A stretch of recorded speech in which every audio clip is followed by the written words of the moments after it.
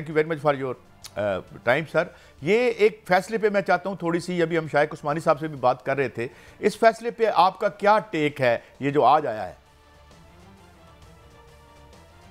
तो देखिए, ये फैसला जो है सुप्रीम कोर्ट के पास ये ताकत है कि अपने पहले फैसलों को तब्दील कर दें, और ये माजी में होता रहा है। लेकिन इस फैसले की अहमियत सियासी भी है बहुत ज़्यादा, क्योंकि इस फैसले में अदालत ने जो पहला केस था समीउल्लाह बलोच का, उसको तब्दील कर दिया। जबकि समीउल्लाह बलोच ये कहता था कि अगर आप आर्टिकल 62(1)(f) के तहत सादिक और अमीन नहीं रहे, आपको अदालत ने डिक्लेयर कर दिया है कि आप सादिक और अमीन नहीं हैं, तो आप ताहयात आप नाअहल होंगे। ये इस फैसले के बाद बहुत सारे लोगों के ख़िलाफ़ वो फैसले हुए, आर्टिकल 62(1)(f) लगा और वो इलेक्शन से बाहर हो गए। अब ये फ़ैसला तब्दील हुआ है।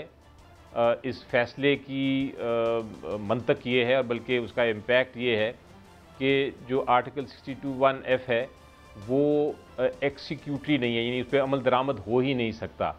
यानी कि अब आर्टिकल 62(1)(f) आज के बाद जो है उसके तहत कोई भी शख्सियत जो है, कोई भी शख्स जो है, कोई भी MP, MNA, कोई भी सेनेटर, वो नाअहल हो ही नहीं सकता।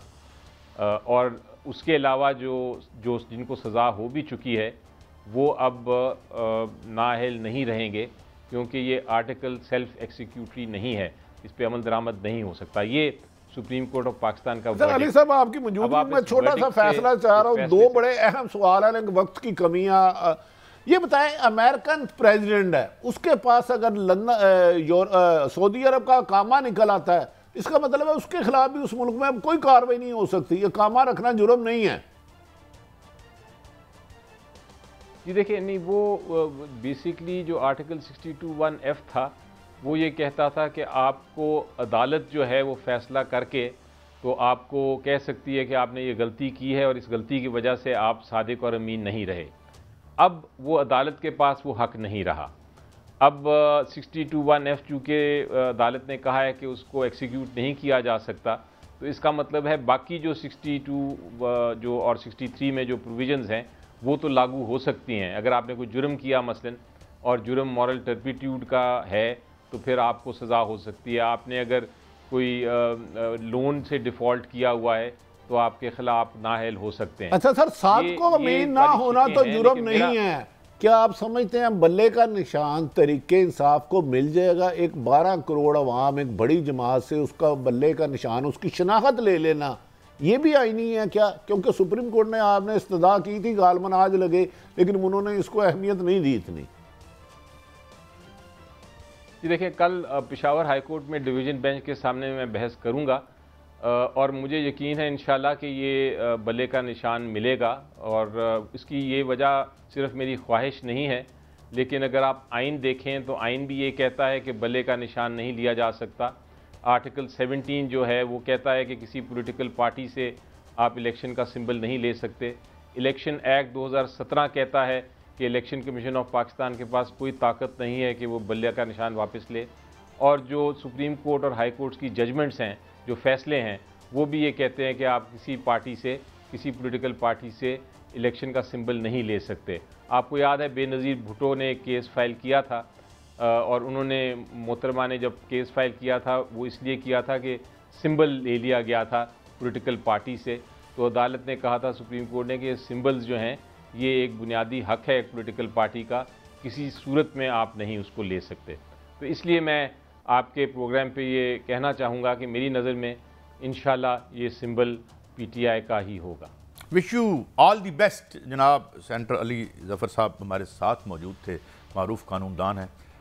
अच्छा, आखिरी सवाल, ये लेवल प्लेइंग फील्ड का जो आपका केस लगा हुआ है, to what extent you are optimistic कि आपको रिलीफ मिलेगा?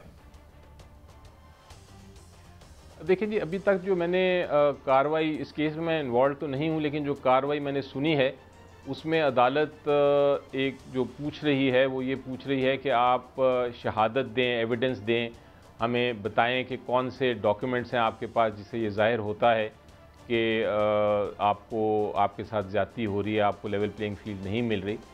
हम सबको पता है कि लेवल प्लेइंग फील्ड नहीं मिल रही, लेकिन अदालती कार्रवाई डिफरेंट होती है। अदालती कार्रवाई में आपको एविडेंस देना पड़ता है। तो पहली हियरिंग के बाद एविडेंस पीटीआई ने कलेक्ट करके उसको बाकायदा उसका डोसियर बना के उसके डॉक्यूमेंटेशन करके तो प्रेजेंट की थी, लेकिन मेरा ख्याल है वो शायद प्रेजेंट नहीं हुई आज या प्रेजेंट नहीं हो सकी उस तरह, जिसकी वजह से अदालत ने अभी तक वो उसके ऊपर कोई फैसला नहीं अरे किया। सब एक छोटा सा इब्हाम है, बल्ले का निशान इलेक्शन कमीशन ने ले लिया। क्या तरीके इंसाफ है? तरीके इंसाफ है तो उसके पास निशान नहीं है, फिर ये कैसी जमात रह गई? थोड़ा सा इब्हाम है। क्या इलेक्शन कमीशन ने तरीके इंसाफ ही खत्म कर दी क्योंकि उनके पास तो निशान ही नहीं रहा, उनकी शनाख्त ही नहीं रही? जी जी बिल्कुल, ये आपने बड़ी अच्छी बात की। देखें, एक पॉलिटिकल पार्टी एक सिंबल के बगैर कुछ नहीं है, वो सिर्फ एक पार्टी बराए नाम है। उसको मैं कहता हूँ वो डिसफंक्शनल पार्टी है, क्योंकि ना तो वो विमेन सीट्स के लिए कर सकती है, ना वो माइनॉरिटी सीट्स के लिए कर सकती है, और 250-60 सीटें जो हैं पूरे पाकिस्तान में वो नहीं ले सकती। और दूसरा, वो कैंडिडेट भी अपना फील्ड में नहीं डाल सकती क्योंकि सारे कैंडिडेट आज़ाद होते हैं। तो ये अगर पॉलिटिकल पार्टी अपनी इलेक्शन में हिस्सा नहीं ले सकती तो फिर वो सियासत क्या करेगी? वो कमरे में बैठ के तो कुछ नहीं कर सकती। तो इसलिए मैं कहता हूँ जब सिंबल आप ले लेते हैं एक पार्टी से तो उसको आप डिसफंक्शनल कर देते हैं, वो फिर आप एक पॉलिटिकल पार्टी को डिस्क्वालीफाई कर देते हैं।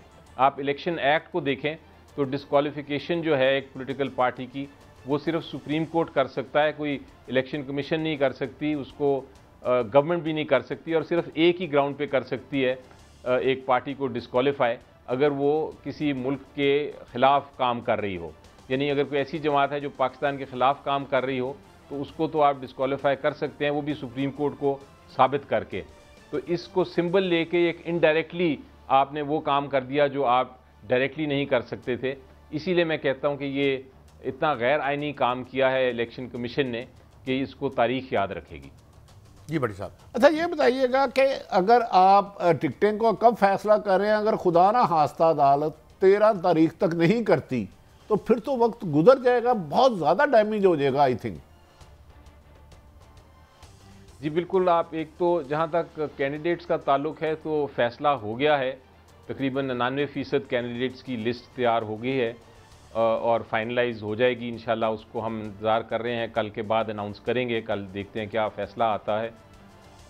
तो और 1% जो है उस पर अभी कुछ डिबेट्स हो रही हैं, वो भी इंशाल्लाह जल्द फैसला हो जाएगा। बड़ी खबर। लेकिन आपकी बात ये बिल्कुल बजा है कि वक्त बड़ा एक टाइट है, क्योंकि 13 तारीख से बल्कि 12 तारीख तक हमने ये सारे फैसले हो जाने चाहिए और सिंबल पीटीआई के पास होना चाहिए। तो बड़ा एक टाइम फैक्टर का बड़ा एक स्ट्रेस है, एक उसकी अहमियत बहुत ज़्यादा है। 9 तारीख कल है, 2-3 दिन रह जाते हैं, तो उम्मीद यह है कि कल इंशाल्लाह बहस सुन के कोई ना कोई फ़ैसला पेशावर हाई कोर्ट। बहुत शुक्रिया सेनेटर अली ज़फ़र साहब।